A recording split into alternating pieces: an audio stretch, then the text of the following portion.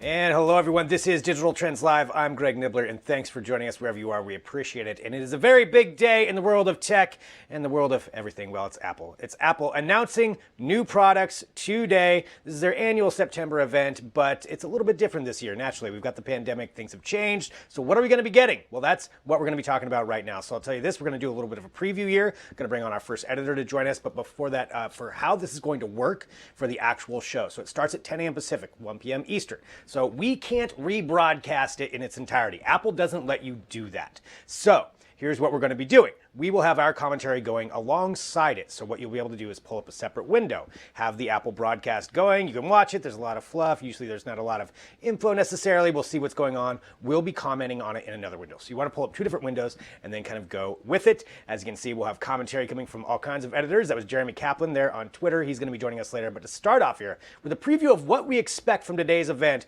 we've got our mobile editor, Andrew Martinick, joining us. Andrew, it's so good to see you here. It's an exciting day, I'm sure, for you, especially being a mobile editor, but no phones today. Is that right?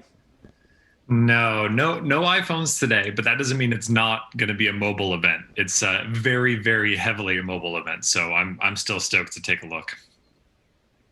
Well, talking about that, let's kind of walk through some of the things that we are expecting Apple to announce today. And I guess the first category being the Apple Watches. So we know, or we think that there's going to be a new Series 6. Can you kind of walk us through what you're expecting with that, or what you think Apple may be bringing to the table with that?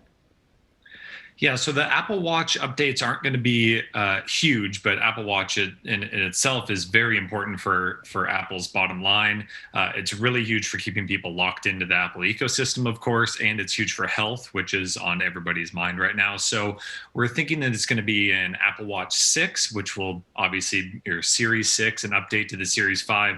Not going to be a huge update. It's just probably going to be an update to the internals, the silicon running it, which, people don't really think about in a watch, but it's just there in the background. And then probably they're going to introduce like an oxygen sensor, so you can get pulse ox, which is something that's kind of on the bleeding edge of these fitness wearables that are all starting to do that. But the more important thing from my perspective, even though it's not quite as interesting to all the nerds out there, is that they may also do an Apple Watch SE similar to the iPhone SE, where we're going to get a lower end, cheaper watch, but it is still a new watch, kind of taking place of Apple's previous strategy of selling the Apple Watch 3 or Apple Watch 4 at a discount. Which that is a kind of a bold move from Apple, and I guess that does kind of signify that they've got some more competition in that field now. I mean, you mentioned Fitbit with Google buying them. You have Samsung with their watches. So maybe that's kind of Apple's acknowledgement of they need something at that lower end to kind of get some more people into the ecosystem. It's, I guess, for you, following this, and especially Apple of all companies for so long, is that really why they would want to do this? Because typically they try to place themselves as such a higher end product and not go with that. Why is it that you think they'd want to do that? Well, we've seen that they have huge success in selling a base model iPad. And of course, we'll talk about iPads in a moment. But you can always have the aspirational product. You can have the highest end, newest Apple Watch. But Apple also realizes that this is a secondary device. You're buying an Apple Watch because you already have an iPhone, and this is just an extra accessory. Not everybody is going to be ready to spend a starting $399 on a new Apple Watch Series 6. Maybe they're happier to get in the door as they have previously with Apple Watch Series 3 and Series 4 at like a lower 200 to 275 price point, get the base aluminum one, and then you can maybe work them up when they upgrade, in a year, 2-3 years. Then they'll get the latest Series 8 or whatever is the new thing at that point. And really just having that entry level, if somebody comes in and kind of gets spooked by the price, is really important, even if it doesn't have all the latest features that they talk about on the Series 6. But it does get people, back continuing on with those Apple products. So that's something that'll be interesting to see on that. So again, kind of walking through what we expect to see here today from Apple's event, starting in just a few moments, really like 8 minutes or so right now is what our countdown's about at. But Apple Watch updates to the Series 5 or Series 6 rather, and then Apple Watch SE. Going from there into the iPad side of things, we do think there's going to be some updates on that. And so possibly a redesigned iPad Air. Is that what we're hearing?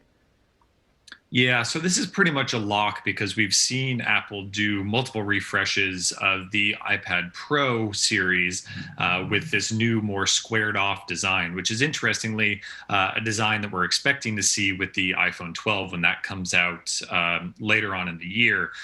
We expect them to kind of streamline the entire lineup now so that you have a very similar, more squared off design on the iPad Air. This is the fourth generation, and the base iPad, which doesn't have a name or a generation, it's just iPad, also have this squared off design. So it kind of unifies the whole thing. Once again, giving people multiple price points to get into the iPad range, but it doesn't look like you necessarily have the quote unquote cheap one.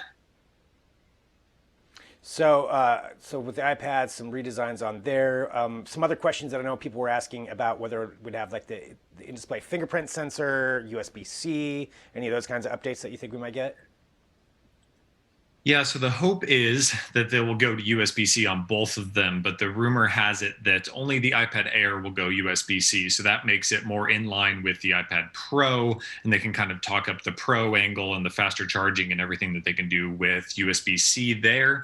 But the base iPad, it sounds like for whether it's form factor or just for their cables and their accessories, they're going to keep it lightning on the base. For in-display fingerprint, I think the iPad Air is a pretty good bet for that one.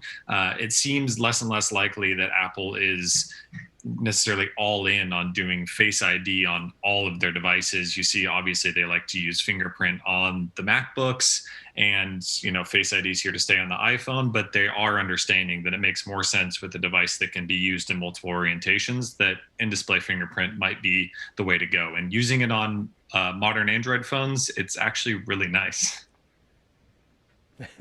Yeah, it is. I use an Android phone, and it's pretty nice to have that on there. So that would be interesting to see it add that in.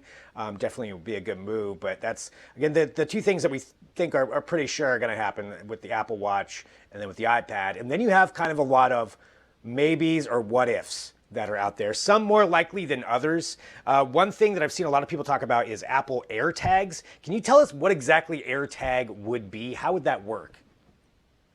Yes, this is a very interesting one. This was kind of all the rage a few years back with companies like Tile and Tracker, where they had these little Bluetooth-enabled beacons that you could like put on your keys or attach to your backpack, or put on some of your kids' items so they don't lose them. And when you do happen to misplace these things, you can then have them activate, and they send out a Bluetooth or nearby radio signal so you can find them around the house.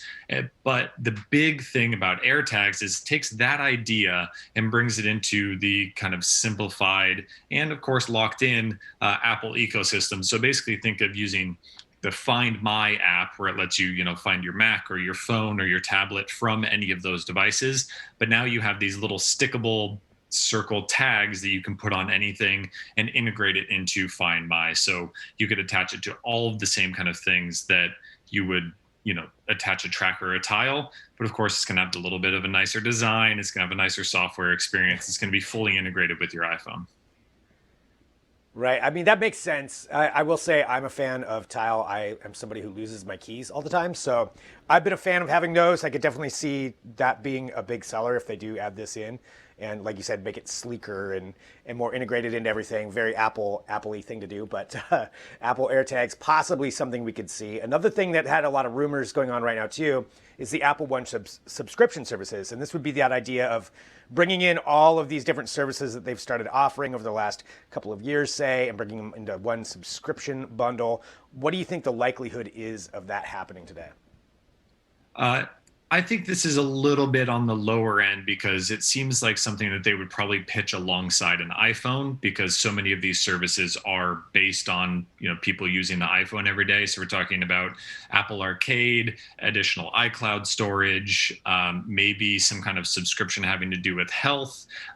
It's really hard to announce just part of this service. It really has to be something where after they announce individual services, they kind of blow it out all together and say, okay, you can pay us $50 a month and we'll give you Apple TV Plus and Apple Music and Apple Arcade, all these things together. On the outside chance that they do announce it, it's a very interesting idea because people really do have subscription fatigue. They're really getting tired of getting nickel and dimed on all these little subscriptions. And maybe if Apple can offer them a one size fits all kind of just, okay, give Apple the money and they'll give you all the things, some people will go for that.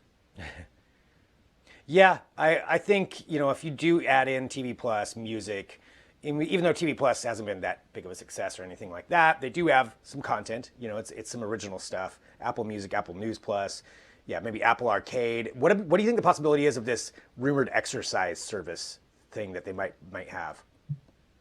So that actually sounds pretty credible. And I would think that they would try to run this as a separate item to some sort of it could be available as part of some tier in Apple One, but it feels like something you could really get people interested in because people are so dedicated to their Apple Watch. And obviously the Apple Watch has just become extremely popular in a fitness area. People use it for other things, but it really has become a fitness device for so many people. And with fitness subscriptions becoming so huge, especially in the last 6 months or so, working out from home and doing things on your own, I could easily see Apple tying this in and make it Apple Watch only. There's no reason to make it work anywhere else, and you could really make headroads there. Well, yeah, that would definitely be kind of a cool thing that I think, like you said, could work out really well for them. But again, we're walking through just kind of a preview, and I know we're going to have to let you go here just in a moment because the event's about ready to start, and I know you've got to be watching that. One last thing I wanted to ask was just about the headphones. There's a lot of people talking about the AirPods Studio headphones or some kind of headphone hardware announcement. Do you think it's likely or no? I don't think it's likely today. It definitely is happening at some point. Again, seems like something they could really announce alongside an iPhone, which would be pairing up with the phone and the headphones. It just makes a lot more sense to announce some sort of an Apple Music update and the iPhone, and then these nice studio over-ear headphones. Well, we'll have to see. I mean, it is definitely pretty crazy what's going to be going on. And I know, from what I understand, it's about ready to get going because it is 10 a.m. Pacific, 1 p.m. Eastern. And I know I don't want to hold on to you here, but appreciate your analysis. I know you've got an entire team that's writing about this as well. Of course, at digitaltrends.com, everybody can follow along. And we're going to be broadcasting live throughout this thing. So, Andrew, I will let you go. And thank you very much for your analysis and looking forward to seeing what you think about all of this. Yeah, thank you very much. Now it's time to go watch the show happen, and there are always surprises to be seen. Definitely. All right, Andrew Warnick right here with us, so we're going to let him get back to work. But here's the thing, we're not going anywhere. So here's what we're going to ask you to do, because we can't rebroadcast the event itself. Apple doesn't allow that. So what I would ask is that we're going to do this. We're going to have a bunch of editors on. We're going to have our people on here talking about it, analyzing it as these announcements happen. So you can even pull up a separate window, have the Apple event rolling. We'll be commenting live. We're not going anywhere, so we're right here. This isn't me signing off or anything. I'm saying this is what we're going to be doing. We're going to be getting ready for this, and as it's going on, we will let you know what we think. And joining us right now, of course, we have our editor-in-chief, Jeremy Kaplan, here to talk about this. And, Jeremy, we're just kind of going through what we expect from the event. We think, the Apple Watch updates, we think the iPad, but I saw you post something that I think is pretty interesting, talking about augmented reality. How much of a factor do you think this is going to play into the event? Honestly, I think the biggest thing that we're going to hear about today is going to be augmented reality. We're looking forward to this. I'm watching it right now on my screen here. We'll give you all some live coverage and perspective on what these announcements mean. But again, AR, I think, is going to be the big news. People have been talking for ages about whether Apple's going to come out with glasses, their own augmented reality thing. Will they? That's the big question here. I don't think we're going to see that today, but I think we'll see AR in some other things. So we'll see what that looks like. Yeah, it is something, it's been so long rumored, that AR Studio, whatever they call it. I forget what it's actually called, what the rumors are for the Apple side of things. But yeah, and even the event announcement that they sent out was clearly designed, to showcase some of that augmented reality feature. Do you think it would be, I love AR myself, so I do want to see what they're going to come up with this.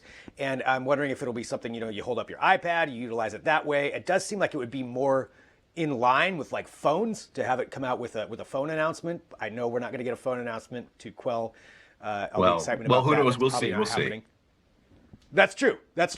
Okay, so the event is starting just for people who are following along with this. So they're kind of showcasing some of this, like flying into the studio, and we'll take little snippets of the event itself as we go through, but definitely very, very augmented reality, very, coronavirus time-like, because clearly these things are different now compared to the events that we're used to, where normally, and you've been at some of the Apple events where you go in there and there's a giant screaming crowd, screaming for everything. What's it like for you actually just watching this online instead of being at the event? Well, it's a good question. No, it's very different. I mean, a lot of the fun of Apple events has been being at these events in the past. Historically, there's a lot of excitement. There's this incredible bubbling and energy that's pulsing throughout the audience. Do you get that right now? I don't know. I don't feel it so much. I'm not going to lie. However, you know that I'm super excited whenever there's any new technology. So I still feel some of that passion and energy. And look, it's exciting. We all love Apple stuff. There's some great gear that's coming out. What's it going to be? Who knows? So there still is a little bit of energy. Yeah. It's not the same thing. That said, Apple does a wonderful job producing videos like this, pre-producing this stuff. This is all pre-recorded, of course. So when they execute as effectively as they had, there still is some level of energy here. So watching this live, it's really neat to see. It is fun stuff. And with that, these things always start out too with probably talking about the company stats, how they're bringing the world together. This is the same for pretty much every company, whether it's Samsung or LG or everybody touts their stuff. But it does look like they're starting off mentioning some Apple Watches here at the beginning of the show. So again, what we expected that we would be talking about Apple Watches at some point here. iPads, another thing. We mentioned augmented reality. We talked about the AirTags before this. That would be kind of an interesting add-on. How likely do you think we're going to get the Apple One subscription bundles during this? Well, before we get there, if I can just put a little color on what we're watching right now. There's a video Apple's playing where they're talking about some of the health benefits of the Apple Watch. I think this is a very interesting angle. Apple talks a lot about the ability of the Apple Watch, the EKG, to save people's lives. One of the big rumored features is going to be the pulse oximeter, right? This ability to measure the oxygen level saturation of your blood. If it works, if it can do that, that would be yet another way that an Apple Watch could potentially save your life. However, how meaningful is this for us in our lives on a daily basis? That's a really interesting question to ask here, because honestly, pulse ox is not that important to your health. They're saying that might have some benefits in tracking and measuring people who have COVID, exposure to the coronavirus. That certainly seems meaningful. Is this a reason to buy these kinds of devices? I don't know. That's a real question I think consumers need to ask themselves. A lot of the features that were got for tracking your health are hard to put in perspective, hard to derive any actual meaning from. Pulse ox might be yet another feature that here's a number that I don't have any meaning for. So I'm very curious to see how this plays out and what this all looks like. Well, and it does look like Andrew Martnick, our mobile editor, did say that said up front that it's going to be about Apple Watches and iPads today. So maybe we get something else thrown in, but putting it out there like that, and it does see from the event that's going on right now, it looks like they're focusing on that health side of things that you brought up, and I think that is a good topic to talk about, because Apple's really, when it comes to those services sides, when it comes to the health side of things, really seems to have made an effort in that over the last few years. But this, like you said, the oxygen pulse sensor, not something that a lot of people would use on a normal basis, and also not something that's new. There's some other technology out there from some competitors that already have some of these health side of things already in them. So I'm wondering if they could showcase like some other benefits to it, or maybe some other additions, some other add-ons. But I know that the health side of things is definitely something that they really want to push themselves into as far as being a health technology company. Do you think there could be anything else associated with that? Yeah. There's a couple of broader initiatives that Apple's at work at. All companies are, frankly, trying to address some broader issues. The connection between the data from our wrists and our actual health is one big, broad thing that's not going to get addressed immediately. Pulse ox is one small factor there. Getting that information to your doctor is a real challenge, which Apple behind the scenes has been doing actually a really phenomenal job of with the Apple Health platform. There are other platforms that are doing that. WW, for example, formerly Weight Watchers, now it's just WW. They built a whole platform to connect all of your data directly to your doctor. So that initiative is going to take years to flesh out. But every little step along the way is important. So I don't want to downplay Apple's announcement here. If the watch can actually do this, we're going to find out in a couple of seconds probably. If it can, that's probably a useful thing. It's just today, getting that data, taking meaning from it is hard. I have a Garmin Forerunner, which does pulse ox. I can tell you what mine is right now. Does that have any context for you? Does that have any meaning? Did I need to know this? Am I sick? I don't know. Right. Yeah, yeah, exactly. I think there's a few things that you brought up. Yeah, I mean, I love the idea of technology helping people out in more health ways. You know, I've seen some of the stuff that's gone towards, you know, to help people with diabetes or help people with some different issues along those lines. And I think that stuff's a really, really good to see this. But you know, with that, there are also those issues like you brought up. I mean, when you talk about the data, the security of data is such a huge concern, and I would be curious to see how Apple's going to address that. If they're going to say like, "Hey, here's something, you know, it'll notify you you've got an issue, or you can give this information to your doctor." Well, how secure is that? What else goes along with that? Because that's going to be one of the big issues with all of these advancements. And just for everybody watching right now, they're talking about it right now. They're partnering, it looks like, with Mount Sinai, so they probably some of their studies that they're discussing with that, but it does seem to be that this is going to be one of their big pushes here, at least at the start of the event, is health technology. Yeah, and frankly, it's a good angle for Apple to be taking, for any company that makes wearables like this to be taking, because there's a very real world where we don't need things like this on our wrists whatsoever. If Apple, or any company, but Apple here, can tie this very effectively into monitoring your health, making the most of your health, staying safe, especially in this world that we live in today, that's a very real thing. So they just said it. Apple can now measure a full range of VO2 max. He called it a powerful predictor of your health. I don't think that's true at all. It is supposed to be an indicator of coronavirus. So there is a potential thing there. We'll see if that is meaningful. But again, how Apple takes that data and surfaces it to you is, I think, the real thing. So we're looking forward to seeing what some of that looks like. We're getting a real-time look directly now at some of that. Yeah, and they've got their COO up right now. One other thing that's kind of funny, Matt Smith, our competing editor, posting right there that this is definitely not live because you cannot see the smoke in San Francisco. So that is true. The skies are covered in smoke all over the West Coast. Unfortunate, but true. Hey, one other thing I want to mention. So while we're talking about some of the health features here, the other big one that you get from wearables is sleep tracking. So they mentioned that just briefly right now. Apple does a great job of tracking your sleep. Mm-hmm. Again, I think this is a small piece in the larger puzzle of your own individual health, but getting meaningful data out of it has always been particularly hard, especially with sleep stuff. You know, how long did I sleep? Is that meaningful? Can I change that? Sure. You know, if I drink less before bed or eat an extra hour earlier, but do I need a watch to tell me that, or do I just know that? It's like, you know, how do you lose weight? Well, eat less and exercise more. I don't need a watch to tell me that. I can just do that. Yeah, but it's nice when you get the reminder, like, hey, you can, you know, do some more. I've got a Fitbit on right now, but yeah, you're right. I mean, is that going to be something that you're going to be utilizing all the time and having that put in there? But I do think that's part of their goal, is to have all of your devices probably eventually kind of incorporated into this health sphere of technology. And they're showcasing a little bit more of that right now, showing, looks like, some of the design of it. And I'm trying to see if that looks any different than what the design was before, when it comes down to that, and not having an Apple Watch myself.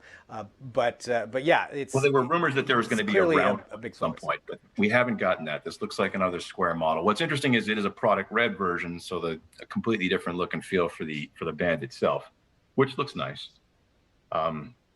Yeah, I mean, Apple makes some nice products. It does look nice the way that they're showcasing. Is that going to be enough to get people, you know, in the door if they haven't already? I don't know. What I do want to see is if they're going to have this lower end, this SE model. That was the potential. That's another thing that was talked about with the Apple Watches. Is are they going to have kind of an entry level Apple Watch to get people in the door? Because the normal one is pretty expensive. What is it, $399, something like that? I mean, it's kind of expensive to get a new Apple Watch, but maybe with Apple going to possibly that, and you know, we'll find out here pretty quick. That could be an interesting move by them to try to kind of augment their product line with something that's on the lower end to get people in the door. Yeah, I don't think you can expect the blood oxygen feature in the lower end models. One of the things about this function is it requires a special sensor on the back of the watch. I'm wearing a Timex, by the way, right now. This cost me $25, but it tells the time really effectively. Anyway, on the back of it, on the back of the new Apple Series 6, there is a special light that shines through your skin and can measure the blood oxygen saturation. That's a very advanced sensor, which we've seen in other models of other devices before. Very advanced functionality, so it's going to ensure that the price remains pretty consistent. Apple hasn't said anything about the cost of the Series 6 just yet. We'll hear it soon enough, I'm sure, but I don't expect it to be a cheaper model. However, Apple Watch SE, if that gets announced, a cheaper version for people that are looking for some of this functionality, and especially as this ecosystem of health features gets evolved and develops, maybe you don't necessarily need to invest $400 right now. Maybe there's a $200 model. I think it's a very interesting proposition. We'll have to see what happens here.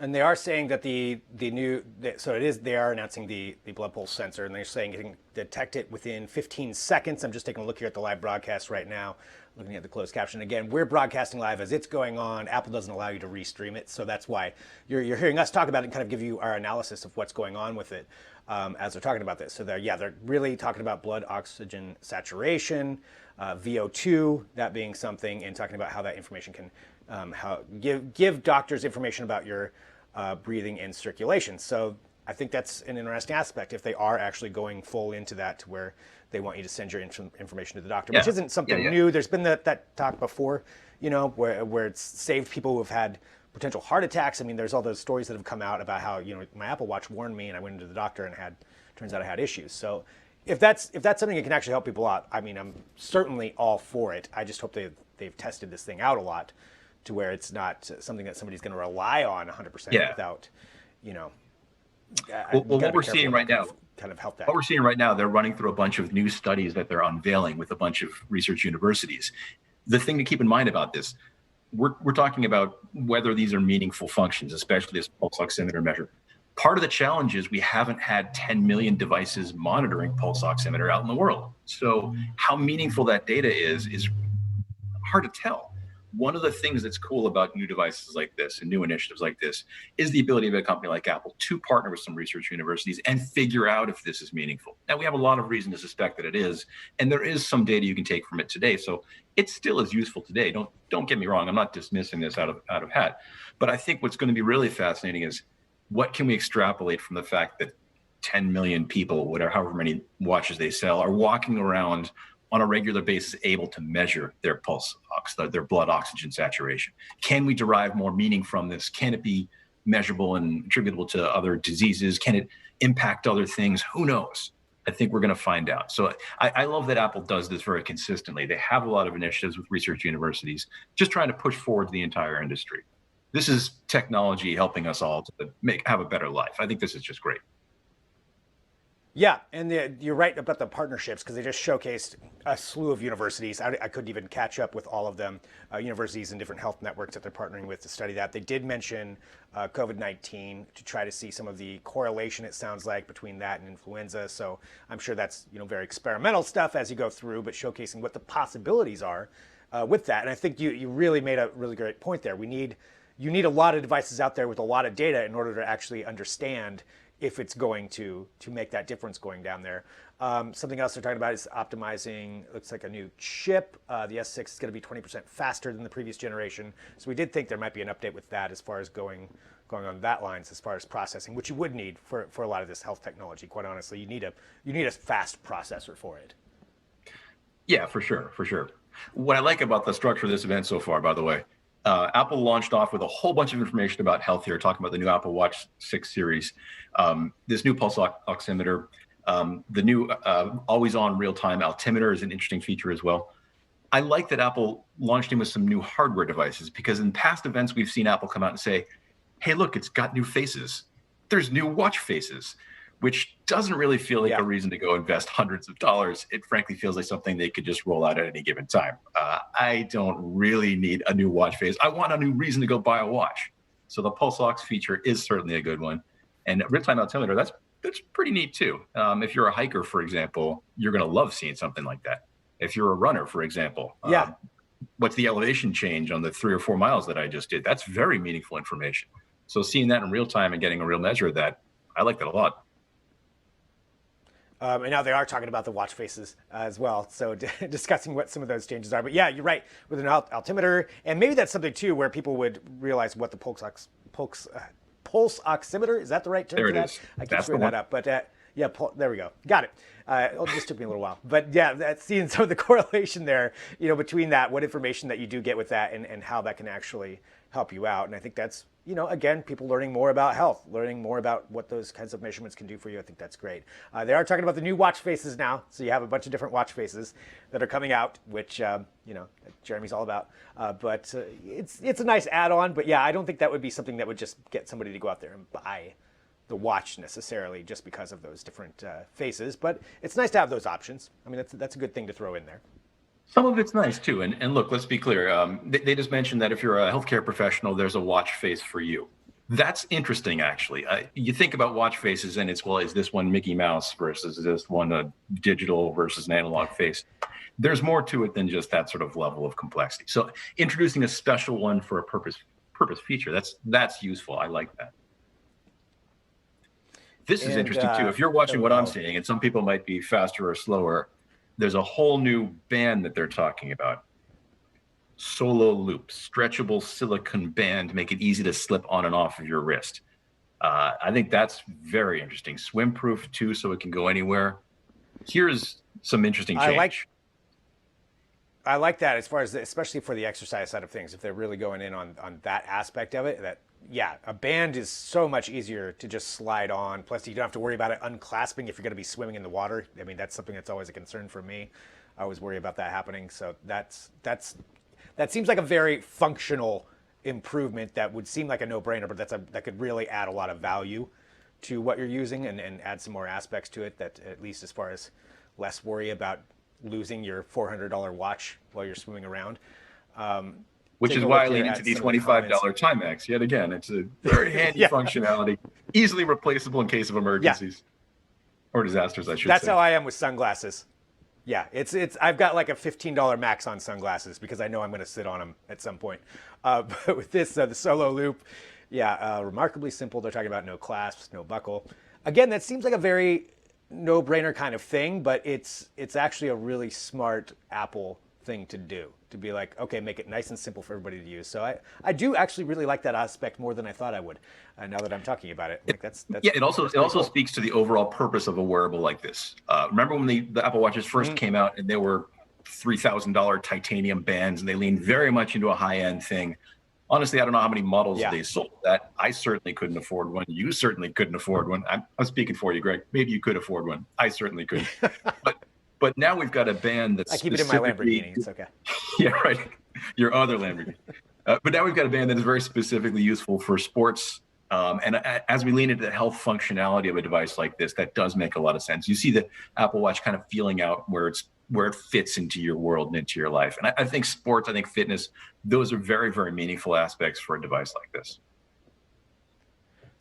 That's interesting. It looks like there was something about Nike in there. I want to go back and see if I can take a look at what that was. That seems like that would be competition, but we'll have to go back and get some information on that. But again, there we go. Well, they had a Nike edition for right now. If you're watching one, it was a Nike edition. Okay, so they must be continuing on with that partnership with them. And again, as we're going through this, talking about the Apple event, it's playing live, and then we're commenting on it right here. Andrew, our mobile editor, saying pretty colors, product red, of course. Talking about that red color, which is a nice addition, especially for people who are in the Apple universe. I feel like the red is pretty symbolic of Apple for that.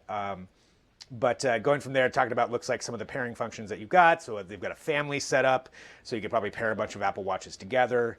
Really kind of bringing them all into one ecosystem. I'm not sure if you could do that before, but that's something that they're touting kind of right now. And for this event, for those of you who are just tuning in too, so again, we're talking about the Apple event as it's watching live. Tim Cook said at the beginning, it's going to be Apple Watches and it's going to be iPads. So we're not expecting necessarily anything other than that based on what he said. But it looks like, they're really focusing on kind of integrating all the Apple Watches into one family right now, which is, again, a smart move, a very Apple thing to do, I feel like, but a smart move on their part nonetheless. Yeah, so we've been talking about this family setup functionality here, something to bring the Apple Watch down from that high-end, that lofty $3,000 model and into something that's family-friendly. A whole bunch of new features for parents. I think that's very meaningful and very useful. And especially if you're a parent today, you've got a 12-year-old, you've got a 10-year-old. Do you want that child to have a phone? I don't know. Like, the phone is useful for a good way to keep in touch with your child. And as a parent, that's incredibly important. But if you could do that instead with a $200 watch, assuming there's an SE that's at a cheaper price like that, that seems like a very easy way for a parent to have some of that functionality, keep tabs on their kids, send messages and whatnot, without giving them a full-blown phone and perhaps access to information on the web that they don't want them seeing at that age. A lot of functionality that's powerful and possible here for parents. Yeah, and especially as the more it gets integrated in and adding in some of those health aspects too. I mean, for parents who are concerned about their kid, having that kind of stuff that you can add in there, track where somebody's going. I'm sure there's all kinds of different add-ons that you can put in with this. I wouldn't be surprised anyway, as far as how you can utilize the watch. But yeah, definitely talking about giving kids greater independence and you more peace of mind. One of the things that they just said on there. So certainly bringing the Apple Watch out to more people. All right, looks like they're talking about a new model that combines the elements of Series 6 with the most essential features of Apple Watch at a more affordable price. So it does look like we're going to get this lower cost. There it is. It's the Apple Watch SE. So they are going with that name for it. Apple Watch SE has some of the same features, it sounds like, as the upper end models, but this increasing it out to get to more people. And that sounds like exactly what they're going for with this. We're seeing it. Take a look at it right there. There's the Apple Watch SE. It doesn't look that much different. To me anyway. And not that much cheaper at the end of the day. I think I might be a couple of seconds ahead of you because he just said starts at $279. Apple Watch Series 6 starting at $399. That's with the GPS included. So $279, I don't know. I was kind of hoping we pushed down a little further, maybe a $199 model. But again, anytime there's an Apple thing, you're paying the Apple tax, the Apple premium. So I guess that's not surprising. I don't know. What do you think, Greg? $279, is that a good price? $279 does not seem like an entry-level, lower-end model for me for a watch. I mean, I'm going along the lines of I'm wearing a Fitbit that's like $79. So I'm probably not necessarily the target market for this. But if you're really trying to go to get a full family, you think about a whole family of say it's a family of 4, getting them all a watch right now. That's still over $1,000 to get everybody onto these watches, even at the lower-end ones. So I do feel like that's kind of pricey depending on what they're going for, to make that a budget and SE style. That said, we know that Apple's done an awful lot of market research on this, right? I'm sure that they've had countless panels to evaluate the price point, figure out what people are willing to pay to get something like this. And Apple knows its audience really, really well, as we have seen by the tens of millions of hundreds of millions of products they sell every year. So I guess there probably is a market for a $279 model. And look, let's be clear. They've done pretty well with the watch. It's the #1 selling watch in the world. Not smartwatch, just watch. Far more than my little Timex, far more than you're not even wearing a watch. So they're bringing the price down by $130. That's pretty meaningful, I suppose. I just was hoping for a little bit less. Yeah, but I mean, it's like you said, Apple does their research. They know what people want, and they've got a pretty good history of that. So I guess if people are willing to pay that, then that's kind of where it's at. And maybe they're targeting that for, get yourself the Series 6, get the kid the SE kind of model along those lines too. But that's something. Apple now talking about clean, renewable energy. It's talking about, we kind of expected that to where they would bring up some of that. And that seems to be something a lot of companies are doing, which is, I think, a great thing, talking about their carbon footprint and how they can improve that. I'm not sure what the specific announcements are that they're making here right now, but environmental concerns are certainly very important for a lot of us right now. And so it looks like they're going by 2030 to be 100% carbon neutral. Is that for their entire end-to-end footprint, carbon neutral by 2030? That's a bold move, actually. Yeah, that's a really bold move. That's Google made a similar announcement, by the way, just a day or two ago. It's great to see big companies like this. Some of the biggest companies, not just in the world, not just in the US, but in the world, making these commitments towards renewable energy and towards energy efficiency. I love hearing that because they are some of the biggest consumers. Apple also made a big deal just now about removing some more of the toxic chemicals from within their devices and keeping the packaging down. We talk about this every time we do a product review at Digital Trends. What more can a company do to remove some of that packaging? Because anytime you go to the store, particularly you go to Best Buy or something, you get something in a blister pack, that plastic thing you can't open up and have to get it with the scissors. that's just terrible Yep. for the environment. So anytime that a company can do a little bit more to remove some of that packaging, turn it into something recyclable, make it cardboard instead of plastic, that's just a good thing for the world.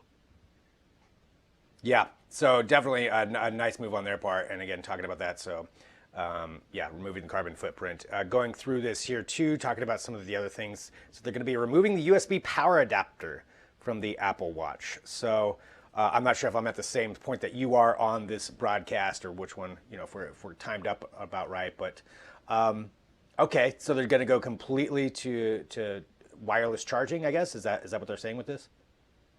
I think so. Which does make sense. I missed that part of the announcement. I'm sorry. So Yeah. I'm not sure exactly what the plan was there, but maybe it's another effort to remove some stuff from the packaging to keep the price low.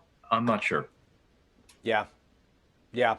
I mean, probably along the lines of, I think a lot of companies are probably going to be heading this way to wireless charging for things. Not only does it save on those cables, but all for the company, on the company side of things. But, in theory, once that becomes efficient enough, that's going to be probably more the way to go as it filters down to some of the lower products. And same thing with getting rid of the headphone jack. I think that's probably For what sure. we're going to be going for, as Well, far as that is. So again, go ahead, Jeremy. It just looks like Apple's wrapped up announcements regarding the watch itself. So we have a quick recap, if I could. New Series 6, Yes. new SE model, a bunch of new faces. Key functionality, of course, was the pulse oximeter functionality, real-time altimeter as well. We like the changing health functionality here. I think what we'll see is that it plays into some other things. I'm still interested to see if there is an Apple One service announcement, right? There's been a lot of rumors that Apple's going to take all of the various services that they have, music service and news subscription service and whatnot, and roll them all up into one big service. If there is a fitness service that comes out as well, something to compete with those live classes from Peloton, that would fit right into that Apple One service and would fit very nicely into where that Apple Watch is going as a very fitness and health oriented device. So a lot of stuff coming out. Really would. So far, we've really been focused on watches here. Yeah, and definitely a good half hour. Looks like they're still showcasing some of the things when it comes down to the watch as far as what it can do. But yeah, you're right. That exercise service would be a great addition into that. And it looks like they're showing some of the other functionality as you can use it for different exercises, whether it's biking, tennis playing. They're showing some different things there on their live shop. But yeah, a lot of what the device has been good at great today. as If you think about where the smartwatch has been, it's not just about tracking information, but it's about motivating you and keeping you going, right? So I'm seeing some information right now. I think I'm a little bit ahead of you, but talking about this new fitness functionality. Think about what you use the Apple Fitness thing for right now. It tells you to get up out of your chair and walk around, right? Motivation to keep things going. Yeah. I hear from a lot of people that there's a lot of motivation to fill those rings, right? I've got so many steps in. I need another couple more to complete this ring. That kind of motivational thing, I think, is very important, which is why you're seeing this fitness functionality, this Apple Fitness feature, right? How can we motivate people? That's what those classes do. That's what an online class is. Yeah.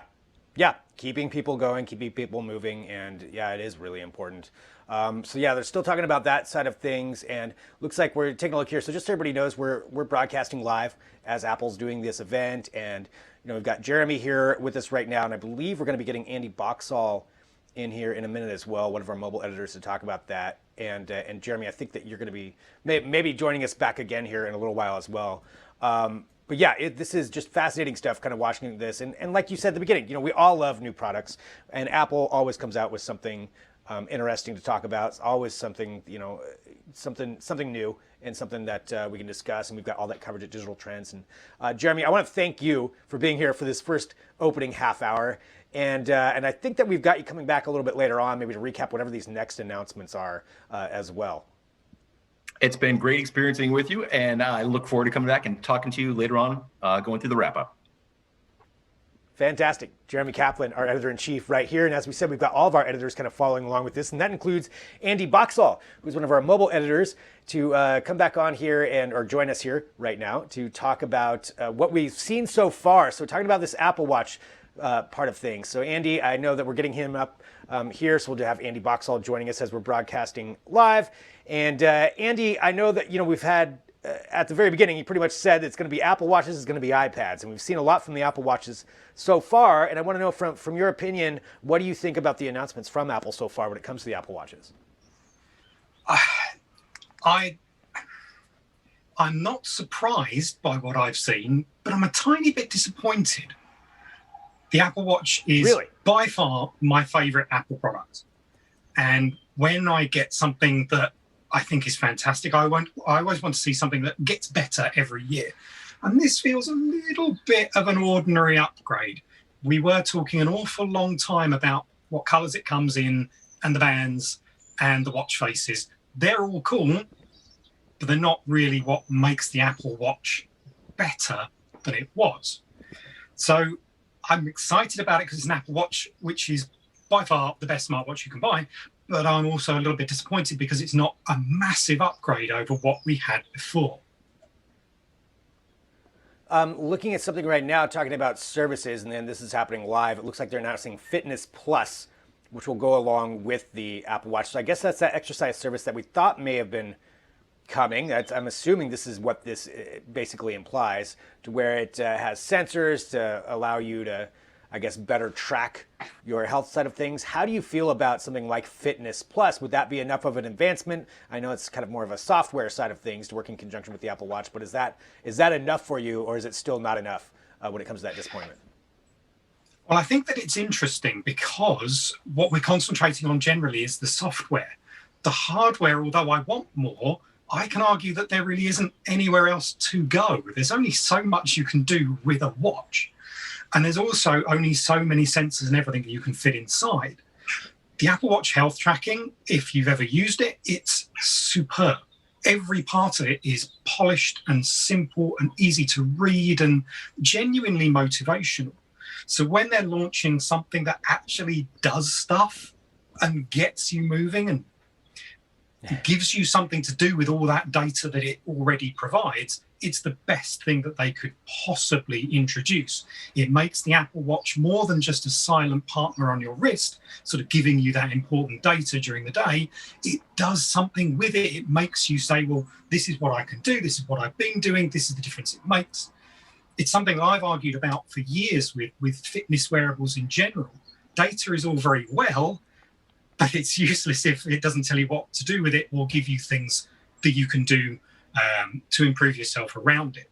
And this is exactly what we need. And it's Apple, so we're going to see a polished, interesting, easy-to-use system right from the start, I would imagine.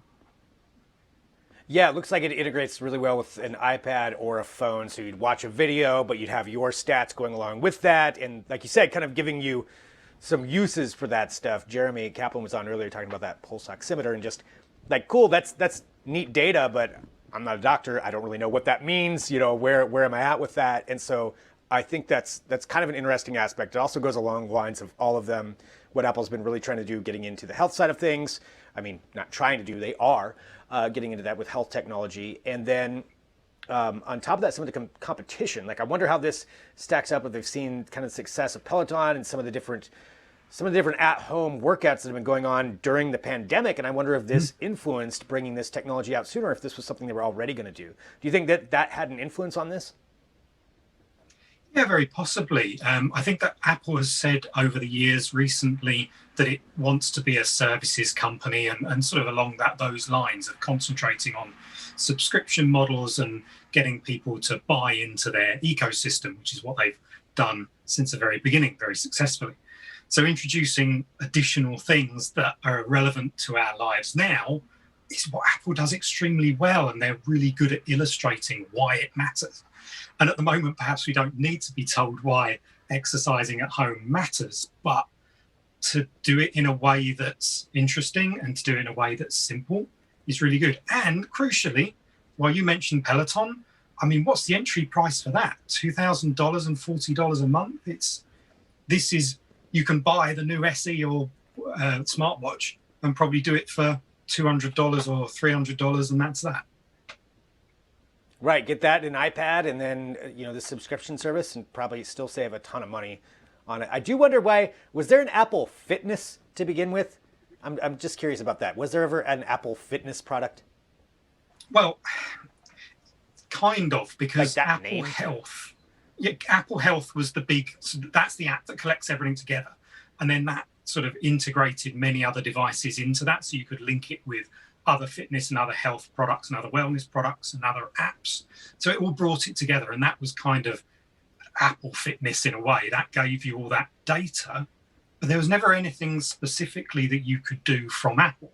You'd have to do workouts from your individual apps that you use already for the running stuff, Strava or whatever. Those things is what you had to do. So they're just announcing now that it's $10 a month and $80 a year for Fitness Plus for 5 members of your family. That's pretty strong. Wow. Yeah, That's- I mean, with 5 people being added on, that's actually not bad at all. Not really, when you consider people are looking, we'll be looking at Peloton as an example of home fitness at the top level. What we've been seeing with these videos is it looks pretty top level already. And if you can use your Apple TV and stream it onto your big screen, and then you've got your Apple Watch and you've got your iPad or iPhone, that's strong value, I think, for what I consider to be one of the best mobile fitness and health platforms that I've ever used. Well, just the fact that they called it Fitness Plus, even though they didn't need to, since there wasn't an Apple Fitness before, I think looks like we're seeing it right now. They're bringing up TV Plus, Music Plus, or Apple Music, and Show and News Plus. So I think that we're getting maybe our bundle subscription here right now, the Apple One service that we thought we might get to see. Seems like that's where we're heading right now with this, which makes sense by the fact that they released the Fitness Plus side. I'm curious about pricing, what it's going to be for all of those different services. As we've got here showing, Apple Fitness Plus was $9.99 a month, standalone $79.99 for the whole year. But what is the bundle package? So here we go. We've got 2 different Apple One packages, an individual one and a family one.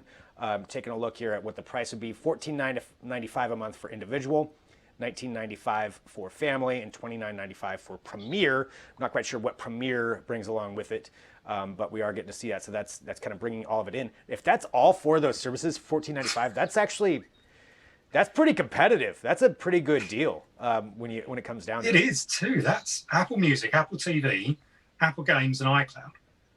50 gigabytes of iCloud. Yeah. So what's that? That's $1 a month already. And then $20 a month. So Apple for Arcade, family, Apple TV, 50 gigs of iCloud. Okay, so I wonder if does the Premiere have Apple News then, and the other ones? We'll have to take a look at this. So yeah, Premiere has Apple Fitness as well. So the Fitness Plus isn't included Apple in Fitness. that basic one. Okay, so $29.95 a month gives you Apple Fitness included in there. But we already know that's I don't know. $15 on its own. Yeah. Apple One will be available this fall. You can try it for 30 days. So they're bringing that in there. Now, that's something, clearly, as you said, they're going into the services model. They could easily add more stuff onto that, build on from that. So I'm guessing that's going to be just kind of the beginning of all of that, of where that goes. But so Tim Cook, that's hardware. We got the Apple Watch. I think we're going to be moving into iPads here pretty soon. But that is something else, though, that we didn't expect, or we didn't know for sure if we would get. So cool, Apple One. Andy, and I know just kind of we're moving into the iPads, but I want to just kind of your kind of final thoughts here too on the Apple Watch and these announcements with the Apple One service. Yeah, I think that looking at what they're charging for Apple One, that's really competitive, because I don't know about you, but I spend a lot of money on all sorts of different services, and it always puts me off getting one more and getting one more. And looking at one price for absolutely everything, Apple News, Apple Music, Apple TV Plus, and Apple Fitness Plus, I think that's a really competitive price. And I think people are going to be tempted by that. And it gives that temptation the sort of push they need to maybe cancel something else to just bring that in. So I think that's probably a very big deal today, to see Apple bring in that at what I think is a competitive price. And that kind of softens the blow of a product that I don't think is as exciting as I certainly hoped it would be. And it's definitely pushing us in this event, certainly, to being a services event rather than a product event, which I'm guessing is going to be for the iPhone down the road. That's where we're going to see all the big changes hardware-wise. No wonder they split an iPad and an Apple Watch into a different event, assuming we're not going to see an iPhone a little bit later. But yeah, Apple One, big news. Apple Watch and Apple Watch SE, not so much, but still the best smartwatch you can buy. Yeah, I mean, and just the fact that, you've tried them all, what when it comes down to this, and so I think that's an interesting thing. Andrew Martinick just said Peloton, but make it Apple. So yeah, it's Fitness Plus being their addition on there, and then the bundle service, and yeah, it looks like they're getting into the iPads right now. And I know, I'm sure you've got some stuff to do as far as reporting on this, on everything that we're seeing right now. But yeah, it's interesting, seeing how they're combining everything in there. And again, as we're watching this live, talking about what Apple is doing, the Apple Watch side of things seems to have run it, and now they're running into the iPads. So Andy, I want to say thank you for joining us too, for talking about all this and giving us your opinion on everything. And hopefully, and now I'm wondering how long until these products come out. We probably didn't get any news on that, did we? So we saw that the Apple Watch is coming out on Friday. So the Series 6 and the SE are coming out on Friday. And I think there's going to be a real rush to get those good colors for those. Those colors are really, really special. But I didn't see anything for the Fitness Plus or anything like that. But I'd imagine that must be fairly ready to go now. It's not something that they won't have been preparing for. So I'd imagine Friday, if not, whenever they bring out new iPhones, it will come with those. Nice. Well, that is, let's see, I guess of course it's called Workouts Plus. So there's more that's coming in there about so we can probably too. look for an Apple One Premier Plus later on down the road as they add in more different services to that, if Plus and Premier are going to be their new thing. Yep. I bet this is just the start of all those services. It's going to be a whole suite of them. I bet there's going to be an AR one. There could be, more with Apple Arcade. Actually, I'm surprised they didn't say any more about that right now, but maybe that's saved for that later event as well. But yeah, we're getting into the absolutely. iPads here now. I think that it's also interesting. I would imagine there'll be more. I'd imagine so too. I think it's also interesting that they didn't necessarily put family setup things in there too. I don't know whether there have been an ability to put that in as a package with Apple One, because they're going to have to put in subscription charges for family setup.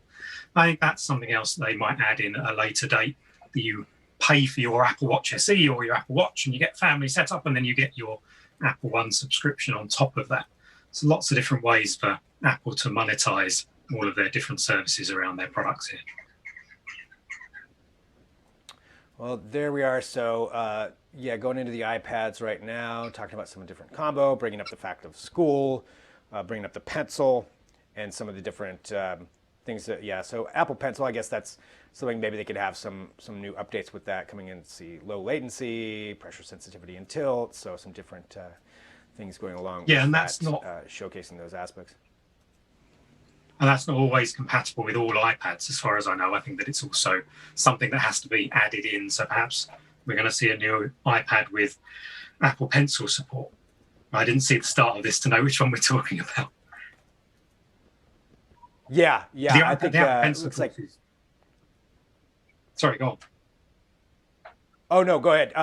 Actually, now that I'm seeing this, so it looks like they are bringing it up. It sounds like we've got Luke Larson on deck to talk about that as well. So Andy, I want to say thank you very much for joining us, and for everybody who can follow up with what's going on there as far as the watches and everything that's happening along those lines. We've got that all at Digital Trends. So it's Andy Boxall, one of our mobile editors right there, talking about all of that. And we're broadcasting live, so as we go through this, we're trying to change things up to make sure that we're keeping you up to date with what's happening as far as the Apple event.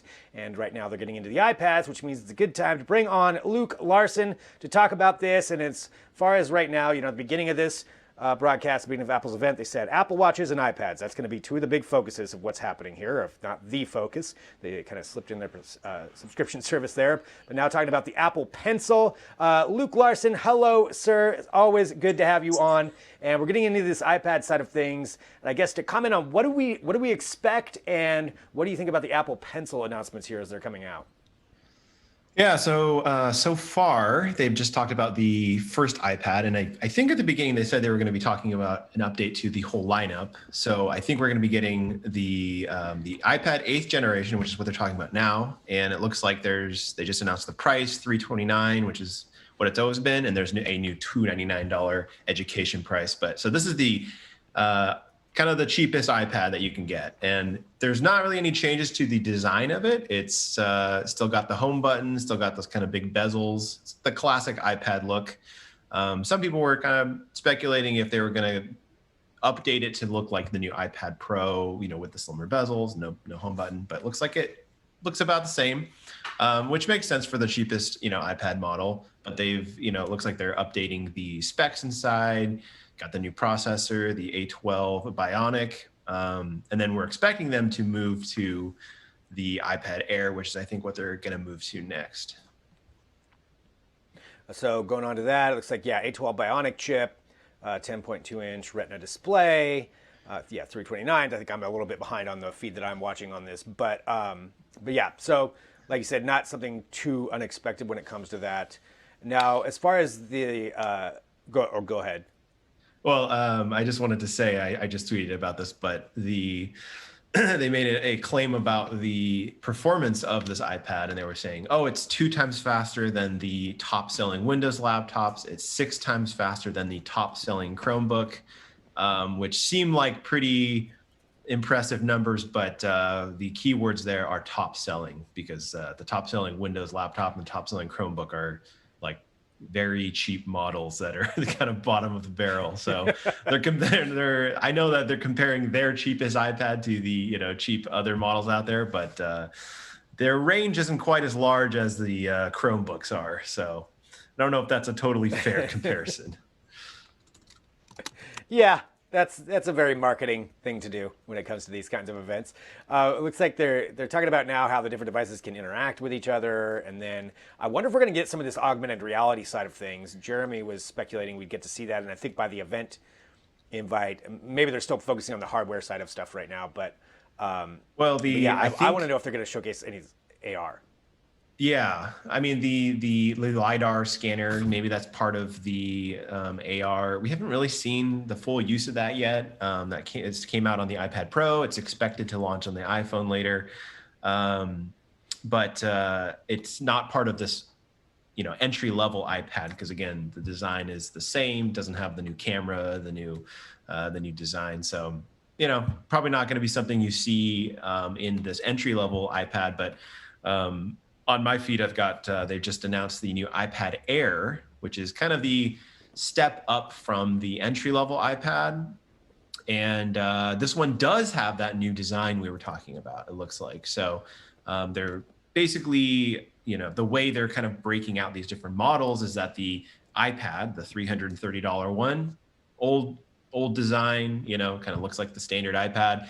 But this new iPad Air update kind of moves things forward to make it look like the iPad Pro. So home button is gone, got nice thin bezels, and they're talking a little bit about how the edges are, machined aluminum and all the different little details that go into the design of it. But basically, this is going to match what you see on the current iPad Pro, which is really cool because it's a really beautiful design, and it's has that all screen effect. Of course, it's not all screen, but does a pretty good job of cutting out any of those bezels and wasted space.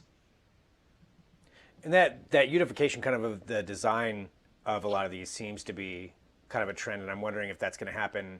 I know we're not getting iPhones today. By the way, Jeremy Kaplan just posted that no iPhone is trending right now. Just the words no iPhone. So you're not getting an iPhone.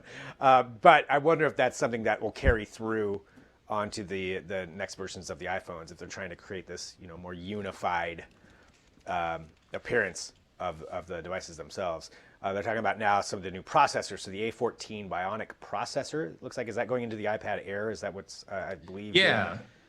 So they've got a new processor in for the iPad Air, which is different than the cheap iPad. And what's cool about these videos, actually, getting to see, some of the insides of their labs, getting to see some different faces.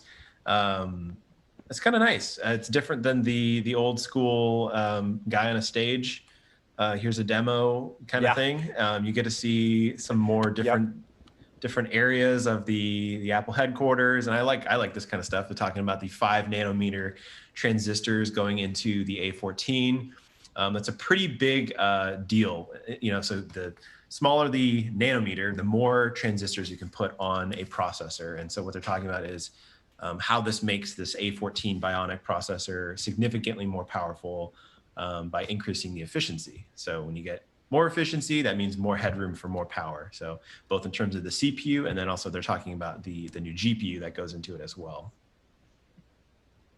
So definitely improvements on that. I want to get into that. I will say, as much as I appreciate, these kinds of, where presentations have gone during COVID-19, because obviously you can't have the big events, they're much better. They're much better, but I do sometimes like that aspect of the live events of just how many things go wrong, no matter how big a company it is, whether it's Apple or Samsung or anybody.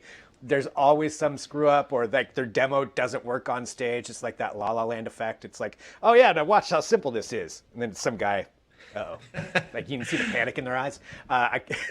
There's something that's still kind of exciting about that stuff. But no, I love that, and I miss definitely it too. Because especially with a company like Apple who controls their they're so good at controlling their message when it's a commercial or a piece of video content they're putting out. It's just like it's a tightly engineered piece of marketing, and that's what these videos, these press conferences or whatever you want to call these, that's what they start to feel like, and less like, hey, we've got a new product, we're gonna show it on stage in real time, hopefully it works. Sometimes it doesn't. So it's nice to see those mess ups, not because they're just fun to make fun of, but also like it shows the actual product, not just whatever Apple wants to show you. And the fact that, if you're coming on stage with that product during the presentation and it's still not working, well, what's that really saying about that? Maybe it's not quite ready, but also, just real case uses. Like, Tim, I am so excited to be here right now. How is everybody doing? And then, you get everybody clapping. But right now, though, we're taking a look at, they're still talking about the processing, talking about the CPU. For you to explain that, like for people out there who are, maybe not computing experts, what does this mean for actual functionality for somebody out there who wants to pick up one of these new iPads? What are you actually going to get with this better processor? Well, it's an interesting question with the iPad, because I'm not sure that there's a lot more you're going to see when you pick up this iPad compared to a different iPad, because you're going to be doing iPad things. There's just really only so much you can do with an iPad at this point, just because it's limited in terms of what the controls you can do, the applications you have access to, that sort of thing. I'm sure it will be significantly better at things like video editing when you're trying to actually get work done on your iPad, but this isn't the iPad Pro. So, how much are people going to be looking to actually get done on this iPad Air? I'm not sure. What I think is really exciting, though, about the A14 is that the A14 is rumored to be also in the first Macs that are going to come out with Apple Silicon, which is really, really cool, because those are actually products that people look to get work done on. Of course, we're not going to hear anything about Macs today. Kind of like the iPhone, I think that's going to be reserved for maybe next month. But these A14 chips are rumored to be the ones that are going to appear in what is rumored to be like the 12-inch MacBook that might make a return, sort of these cheap MacBooks that run on Apple Silicon. And so this kind of first glimpse at some of the technology that's going to be used there, 5 nanometers, the increase in transistors, the GPU improvements, they're saying that it's going to be, 40% faster in CPU and 2 times jump in graphics. So that's a lot of stuff that you could actually expect to see come to a future Mac not so long, in just about a month or so. So that's kind of a little preview of what we're going to see. They are showcasing some more functionality too of the A14 on the actual iPad. They showcased a DJ aspect where you could be hands-free and not touching it rather, and just actually use your hands in front of it, utilizing the camera sensor. So that's kind of a cool use case that might be using that LiDAR functionality. I don't know if it's in this specific one or not, but then you also have, they're showcasing some gaming. They said 60 frames per second, which that's impressive. if you can do that on an iPad. I mean, I don't know if that's something that a lot of people are going to want to game on necessarily, but I know Apple's trying to make that push into that with Apple Arcade. I mean, do you think this is something? Yeah, they're kind of doubling down on this right now, talking about that side of things as far as some of the different gaming aspects. How do you feel about that? How do you feel about Apple Arcade in general? Well, I mean, I don't know about Apple Arcade, but we all know that the iPad is a huge gaming device, and the iOS App Store is just like, it's the most used app store that exists, and like, Yeah.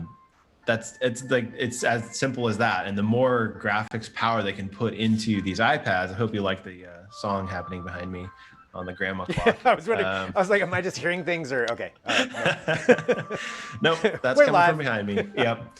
But I mean, it is worth mentioning because I think, like I said before, not only are we going to be able to use these on iPads and iPhones when this chip eventually comes to the iPhone, if it does, but we're also going to get it on the MacBook, which MacBooks for forever have not been gaming devices. And the idea that you can get these, because it's using Apple Silicon now, all those same games are going to be accessible on the MacBook. So, I think we might be on the verge of a huge explosion of interest in gaming on Apple products, even outside of iOS devices. So That has interesting ramifications for a lot of things, in particular with the Apple Epic battle that's going on right now, as far as Epic being, Fortnite not even, you can't even download Fortnite. I believe it's still banned actually from the Apple Store. So that's Apple saying we don't care and we're still going to be bringing all this and you're all going to come to us anyway. So there's a lot you could read into that Apple's not necessarily saying, but is also kind of saying when it comes down to their gaming platform. I think that's an interesting standpoint that you think there's going to be a huge boom in that. I mean, a lot of people have these devices, so I guess that does kind of make sense that we would see a big jump in gaming, especially with these A14 processors, and then Yep. bringing in their own processing power into it.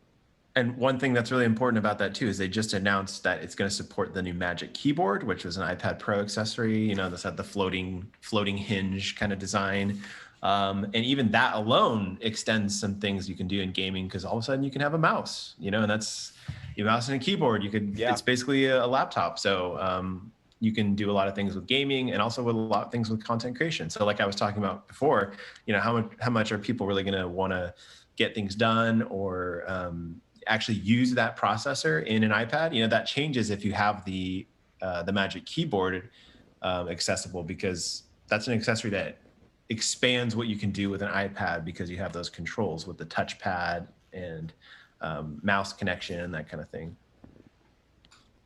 Yeah, it brings in a lot more functionality for it. So yeah, that is kind of interesting. It will have the USB-C as well. Yep. So 4th gen iPad Air, priced at $500. So that's the same price as it was before. Is that right? Yep, that's the same price as it was before, which is really cool. The real question is how this compares to, because it's only marginally smaller than the 11-inch iPad Pro, and that's the difference. There's just it's too many models. I don't know. This feels really similar to the iPad Pro. I don't know what the real difference is. It's a different size because it's still what is it? It's still a smaller size, but oh no, they're saying $599 is the new starting price for the iPad Air. Oh, $599. Okay, yep, $599 for the iPad Air. Okay, so that's a available bump up next from month. before. So they're charging a little extra for that new design, and they're creating a little more space between the entry-level iPad and this iPad Air. Of course, that reduces the space between the iPad Air and the iPad Pro. So, what's the iPad Pro at? The iPad Pro 11-inch is, I think, $699, $799. Okay, yeah, that's in that range. Okay, all right. Yeah, it's a lot for a pad, but I mean, definitely. Oh no, excuse me. It's $899 for the 11-inch iPad Pro. So I was a little off there, but that's it makes that model a little. I don't know, the way they're stacking this lineup. It's a lot of iPads with a lot of the same features at different price points. So I'm curious to see what they're going to do with that iPad Pro now. Yeah, they're kind of showcasing the whole lineup there of what's going on with it. Talking about the let's see, for the most exciting iPads. So there we go. So we've talked about the Apple Watches. We've got the iPads. We have the Apple One service. They're going back to Tim now to talk about who knows. I don't know what Tim's going to bring up. They talked about environmental initiatives. It seems like they might be getting close to wrapping this up, but they are talking about OS updates tomorrow. So some iOS 14. So that was some speculation of whether or not that was actually going to be pushed out. But it does sound like that's going to start pushing out tomorrow. So there is a little bit of an iPhone announcement, I guess, in there as far as iOS 14. People wanted that iPhone announcement. Just a there little you bit. go. What's there it interesting is. You get your iOS 14. The elephant in the room is that this event, and the reason why everybody's talking about it, there not being an iPhone, is because this would be the iPhone event in any other year.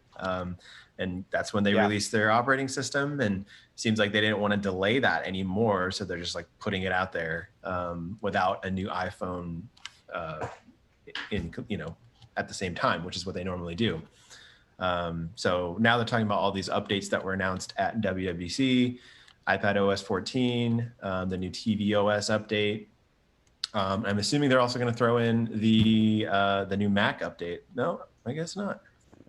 Maybe that's for later. Doesn't look like it. Yeah.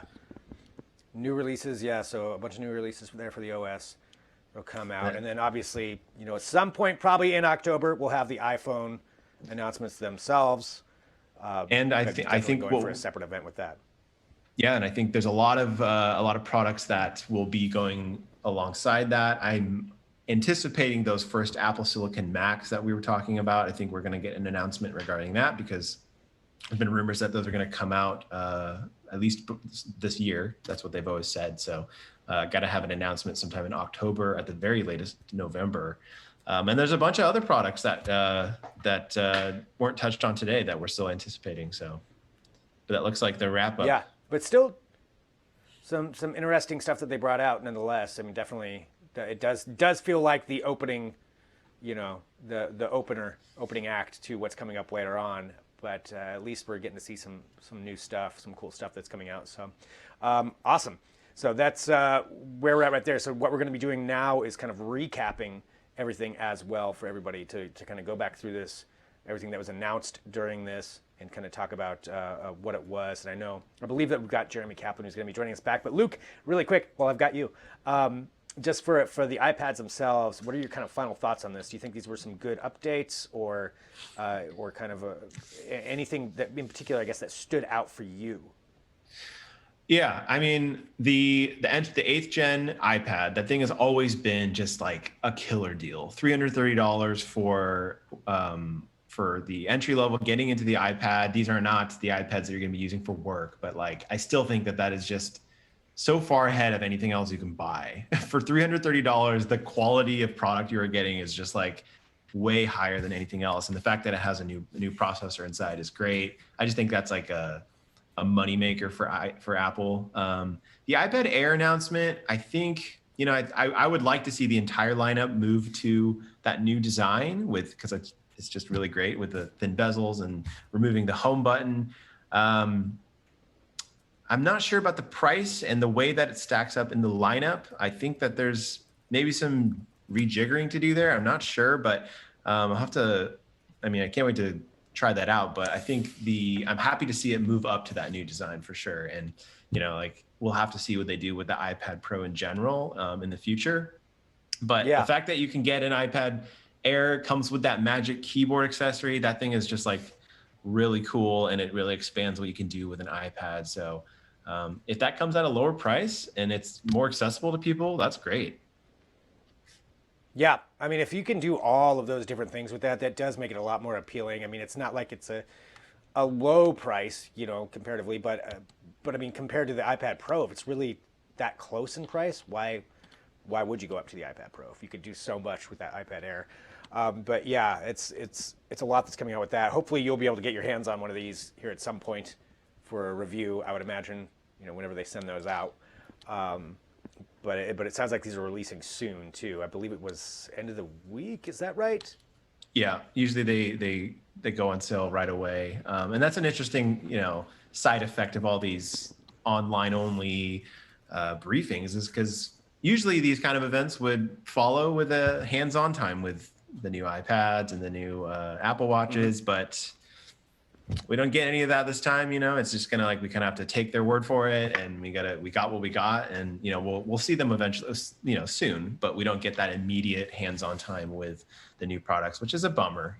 That's what people are most interested in. So that's just the times we're living in. Hopefully we can get back to a time when we can actually get hands-on with products.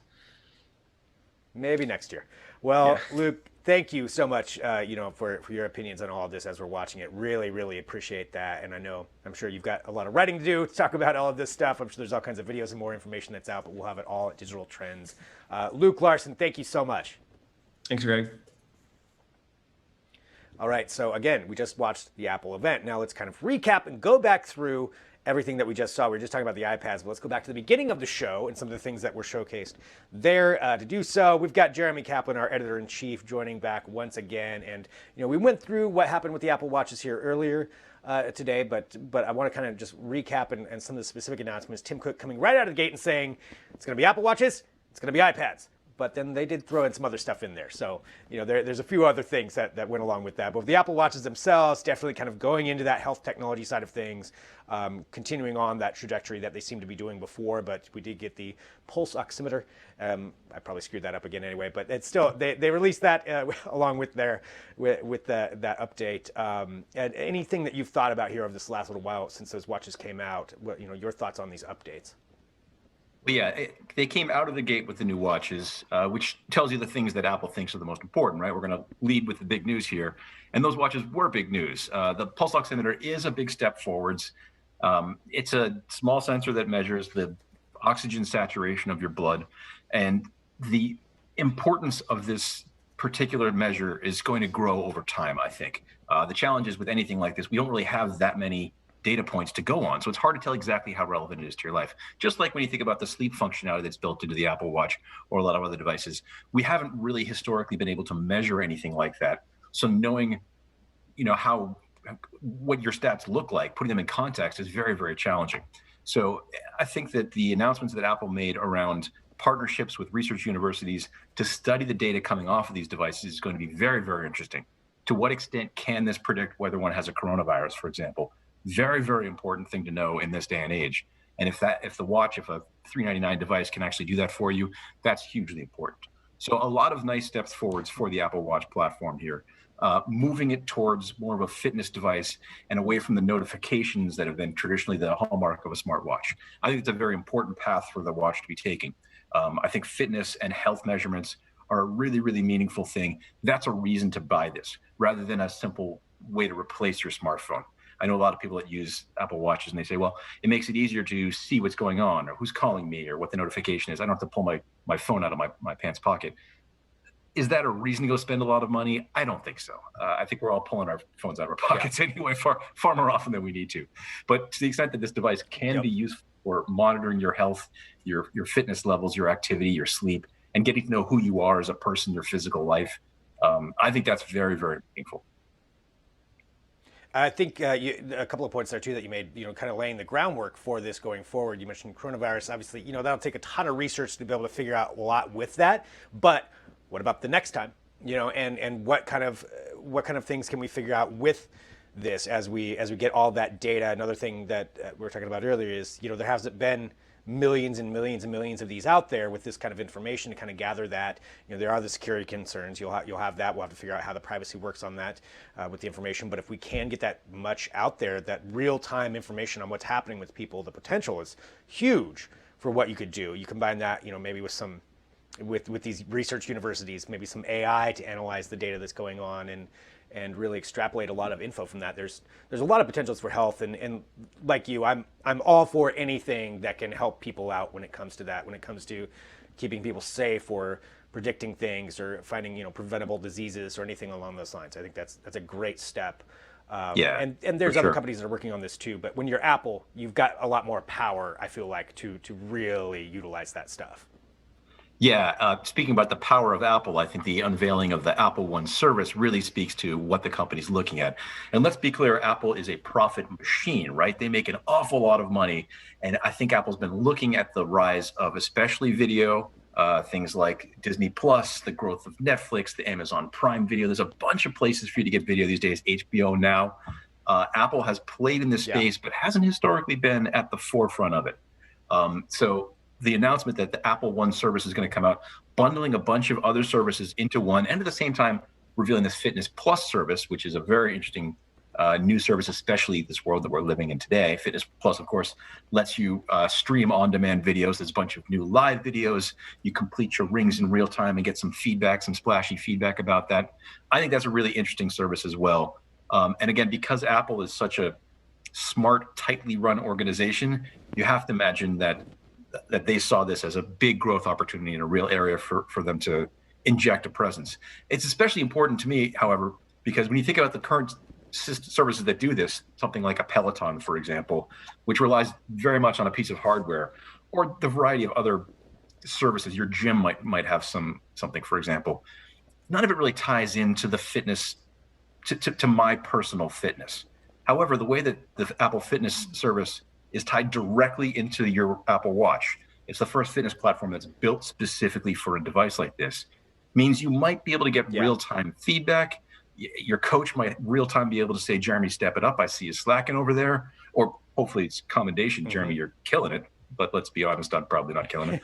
Anyway, I think the real-time connection between those things might be really, really meaningful. And again, signaling how the Apple Watch and service itself is moving into a fitness platform. I think it's a very, very interesting space. So we're gonna have to watch that really closely and see what happens. And with that too, with the Apple One service, they announced the pricing on some of these bundles. Like for $14.95 a month, you would get Apple TV Plus, you get Apple Music, Apple Arcade, and iCloud storage. Then they got a family plan. But for $30 a month, you get Apple TV Plus, Apple Music, Apple Arcade, iCloud storage, and you get Apple News Plus, and you get Fitness Plus for $29.95 a month. That's a pretty solid bundle right there for $29.95. If you parse each one of those out individually, I could see that being pretty successful for them on a number of different levels. Oh yeah, so in my head, I've been comparing it to Amazon Prime, right? Which is a very similar thing. Bundles a whole bunch of features together, smushes it all up, and you get it for $100, or maybe you've just gotten it for free because Amazon just does that for a lot of people. If you break that down, that's nowhere near $25-$30 a month. There's a real, but if you think about the subscriptions that you currently have to all of these Apple devices and services, and a lot of people do that, right? You have an Apple Music subscription. Maybe you've played around with the Apple News. You're interested in fitness. Doing them individually is very, very challenging. But a bundle that reduces the cost but doesn't take it down to $15 a month or $12 a month. Very savvy on Apple's point, I think, and I think it's going to be a pretty compelling offer for a lot of people. So going back through there, taking a look. So Apple Watch, we saw kind of the announcements on there. We've got write-ups of all of this too at digitaltrends.com as it happens. So we'll have analysis further on there for everybody to take a look at. And then Apple One, so the subscription bundle, something we weren't sure about whether that was going to come. Something we were sure about was the iPads. And let's kind of touch on that here just for a minute and talk about what they did with that. I think one of the key takeaways that I was seeing and just talking to Luke about was the iPad Air. And just everything, this new generation of that, I think is the 4th generation, everything that it brings with it kind of brings it almost in line with the iPad Pro, it would almost seem, as far as all the things that it can do, and for just a little bit less of a price. How did you feel about the iPad announcements just in general? So I'm of two minds about those announcements. For one, it's kind of hard to overlook the fact that it's a speeds and feeds bump, right? I mean, there's a faster processor, which is 40% faster, and GPU capabilities than the previous generation, and blah, blah, blah, blah, blah, right? It's got slightly larger screens that are slightly sharper, and blah, blah, blah, blah, blah. Oftentimes, device announcements like this boil down to speeds and feeds like that. So those are nice and all. It's very easy to be dismissive. However, I think one of the things that Apple kept stressing here, especially with that the A14 chip, was just how capable these devices have become. And they kept comparing it to existing laptops. They even singled out HP, the maker of some of the world's most popular laptops here, and said, our iPad is faster than your laptop is. And it's the speeds and feeds that enable it to get there, of course. But when you think about that, when you combine it with the Apple Pencil, you've got a device that Apple's saying, stop thinking about this in terms of content consumption and start thinking about it in terms of content creation. You can do so much more with your iPad these days than just watching some videos. The challenge I've always felt, especially with the iPads, is the way Apple bundles so many features and functionalities into the device that it becomes hard to surface them. Watching the demo, you can see somebody doing some wonderful magical things with an iPad. There was a video they showed just now of somebody walking through a redwood forest and putting together a real-time blog with facts and stats and doing some real-time editing, and it looked magical and easy. The reality is that it's hard to use some of those functions because there's just so many that are bundled so deeply into the operating system. It takes a real pro to dig into that. I would encourage you to read our reviews. We'll have a bunch of how-tos and tips that will show you how to do that, of course. But anyway, my point is, it's interesting to see Apple comparing a tablet to a laptop. I think that getting some of that functionality yourself might be a little harder than the simple videos they showed you lend you to believe. Yeah. Well, yeah, I think that's an excellent analysis of that too, and just being the faster side, doing the A14 chips too, talking about the chips, and maybe we'll get to see some more of that incorporated into the new iPhones when they come out, but no mention of the iPhones there at the end of it. And, clearly, we think that there's going to be an event in probably a month or so where they're going to have to announce the iPhone 12s, I would think, but they didn't really mention that. They did have, talking about their environmental services, a couple other things. They didn't mention the headphones, no mention of any kind of headphones. We thought maybe there was a possibility of that happening in this time. No mention of a HomePod. That's not surprising that they didn't mention the HomePod. But yeah, so definitely some things that we didn't see in this. Any one thing that stood out for you that you're surprised that you didn't see? I know you've been talking about augmented reality beforehand. I was convinced that we were going to hear an awful lot about augmented reality. Augmented reality is one of these things that the technology industry has been building towards, and I think it's going to take a while to get there. The most compelling demo that I have ever seen for AR is the one from IKEA, where you can situate a new chair in your home, and you're looking through the tablet at your own home with a new chair. And like, here's what it's going to look like to put this chair in your living room. That is not going to change your life, but it is a very interesting application that shows the potential for this stuff. I was kind of thinking Apple was going to have a bunch of demonstrations about what that looks like because of some of the chips that they've put into other devices that sort of lend themselves towards an AR world. We didn't hear a lot about that, which maybe is a signal that this technology is a little further off than we had been thinking. A lot of people were talking about Apple glasses that have built-in AR. That's a whole world that we have not seen. More than that, though, what I'm surprised by is this Apple TV thing. I have been waiting and waiting to hear some announcements from Apple about a next generation Apple TV that just does so much more. I mean, make up your stats and your services, figure out who knows what it might do, but that's a market that is ripe for explosion. And Apple has a bunch of fans, especially of this Apple TV platform. When you think about the fitness thing, for example, using an Apple Fitness Plus service on your big screen TV through your Apple TV, that just seems logical to me. However, there was no news about a new Apple TV product other than Apple TV OS 14 is coming out and some changes to interface and whatnot because of that. I'm surprised that Apple hasn't leaned further into TV, and I'm not sure why they haven't been. Yeah, I mean, now that you say that, combine that with like a HomePod type of situation, and then you have all of your services in one and your exercise going after the Peloton side of things. I mean, yeah, it does seem like there's a lot of potential there, but nothing on that either. Maybe we'll see something at the next event. I think with Apple, for everybody watching, they never really say much too far ahead of time when their event's going to be. We think maybe October, we think maybe early October, but we don't know for sure. It's Apple. So, but that's probably where we'll get the iPhone 12, and maybe we'll see some of this other stuff that we mentioned here, more augmented reality, more some of the other hardware as well. But definitely an interesting event today, as always with Apple, and we've got all that analysis at digitaltrends.com. Jeremy, I want to say thank you so much for spending so much time with us, with me here today. Kind of going through all this. It's always exciting talking about tech, no matter what it is, but especially on an Apple day, it's always interesting, and to speculate on where it's going to go. And Jeremy Kaplan, thank you so much. You got it, Greg. Always a pleasure. As Jeremy Kaplan, our editor-in-chief here for Digital Trends, so he and the entire team We're going to be working all day long trying to get you analysis, but there's a lot that's already up there on the site, digitaltrends.com, kind of breaking down each one of these things that we talked about. You can go in depth with all of that and follow along with everything that you want to know. We'll give you our analysis, what we expect, what we think is going to happen. It's all kinds of stuff there, so you can spend all day searching for that. And of course, hit subscribe to whatever platform you're watching this show on. So we are normally live every single day, 9 a.m. Pacific, noon Eastern, for Digital Trends Live. This is our special Apple event coverage, but our regular show is 30 minutes every day. You can follow along. We'll bring you the latest tech news. We'll bring you all kinds of interviews. We'll bring you all kinds of different segments, lots of stuff to kind of get through your day, and analysis about products, all of it.